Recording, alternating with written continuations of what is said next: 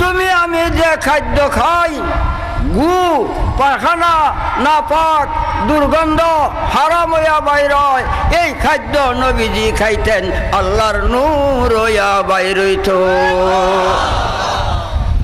নবীজি পেশাব পায়খানা মোবারক করতে গেছেন, করিয়া আসছেন।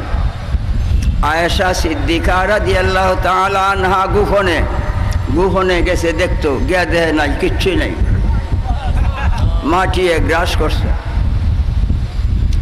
মাটির থেকে মেশকে আম্বরের চাইতে সুঘ্রাণ সুঘ্রাণ বাইর হইতাছে। যদি নবীজি এই দুনিয়া সৃষ্টি জগতের মাটিতে পেশাব পায়খানা মোবারক না করতেন, আজকে বিভিন্ন রঙের ফুলের মধ্যে সুঘ্রাণ থাকতো না। এই ফলের মধ্যে বিভিন্ন রকমের ফল, বিভিন্ন রকমের স্বাদ। নবীজির পেশাব পায়খানা মোবারক দুনিয়ায় না হইলে এই স্বাদ ফলের মধ্যে পাওয়া যাইত না। কেলো রে মক্কা নগরে আরশে আজিম হইতে, আল্লাহ নিজে বলেন মুহাম্মাদুর রাসূলুল্লাহ, মুহাম্মদ আল্লাহর রাসূল।